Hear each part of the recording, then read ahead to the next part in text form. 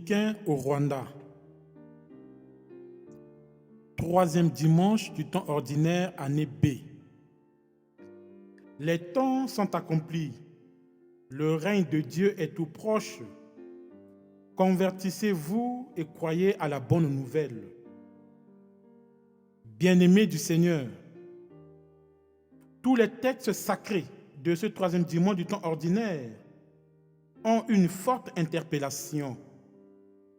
La conversion de tous sans délai. Jésus vient lancer aujourd'hui cet appel. Les temps sont accomplis. Le règne de Dieu est tout proche. Convertissez-vous et croyez à la bonne nouvelle. Les temps sont accomplis. De quel temps s'agit-il? Le Messie que tout le monde attendait, le Fils de Dieu que tous les prophètes avaient annoncé est là. Le temps des prophéties prend fin pour faire place au temps de l'accomplissement par le Messie qui vient tout restaurer. Et nous, pourquoi ne pas profiter de ce temps pour tourner les pages de toutes nos vieilles blessures et de nos déceptions? Tournons les pages tristes, sombres et douloureuses de nos vies pour nous engager vers un lendemain meilleur avec le Christ qui vient pour tout restaurer en nous et autour de nous. Le règne de Dieu est tout proche. Avec l'accomplissement des temps, Jésus vient attirer notre attention sur l'essentiel vers lequel nous devons désormais tendre. Il s'agit du règne de Dieu. Ce règne que nous implorons chaque jour lorsque nous prions le Notre Père. Ce règne de Dieu est un règne de vie et de vérité. Un règne de sainteté, de justice, d'amour, de réconciliation. L'Évangile d'aujourd'hui nous rappelle que ce règne est à notre porte. Il nous appartient de faire en sorte qu'il arrive et s'instaure parmi nous.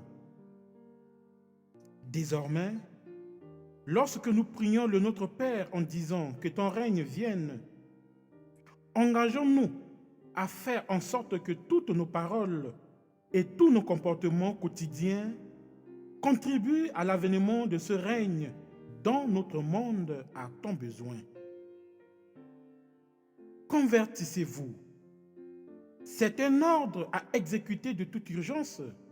Autrement dit, si nous voulons être sauvés et faire partie du règne de Dieu, Jésus nous demande de nous convertir aujourd'hui sans plus attendre, comme les habitants de Ninive dans la première lecture, qui, à l'appel du prophète Jonas, se sont immédiatement convertis.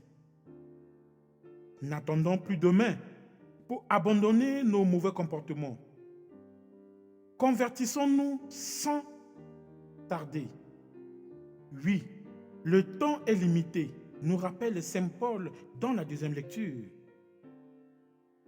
Aussi bref que soient nos temps, employons-les toujours pour chercher l'éternité de Dieu.